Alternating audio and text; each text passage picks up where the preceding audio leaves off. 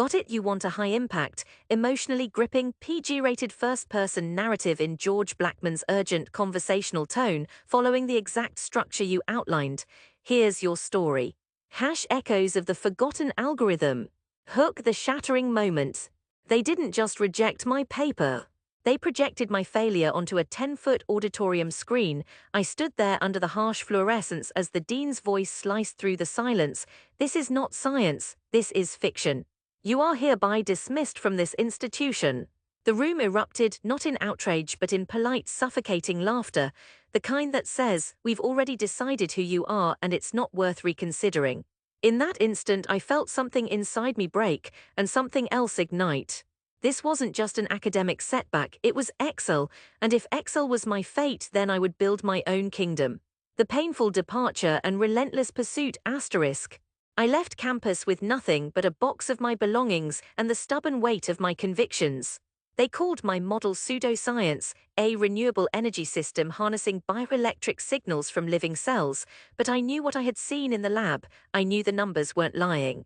For months, I worked out of a cramped basement that smelled faintly of solder and stale coffee. Friends stopped calling. Former colleagues posted snide remarks about mad science experiments. Still, every setback, every burnt-out circuit, every failed prototype was a push forward. When you've been stripped of credibility, you start building something stronger than reputation. You build proof. The arduous ascension and profound triumph asterisk. It took 3 years. 3 years of isolation, broken tools, and nights staring at a ceiling wondering if I'd crossed the line into pure delusion. But then quietly, without fanfare, it worked. A self-sustaining bioenergy device, no external power source, running off the bioelectric currents of living tissue, no fuel, no wires. Just life itself humming into usable energy. The world wasn't ready to listen until the crisis hit, global grids failing, hospitals in the dark. When my device powered an entire emergency ward, keeping ventilators running, lights on, lives intact, the ridicule evaporated overnight.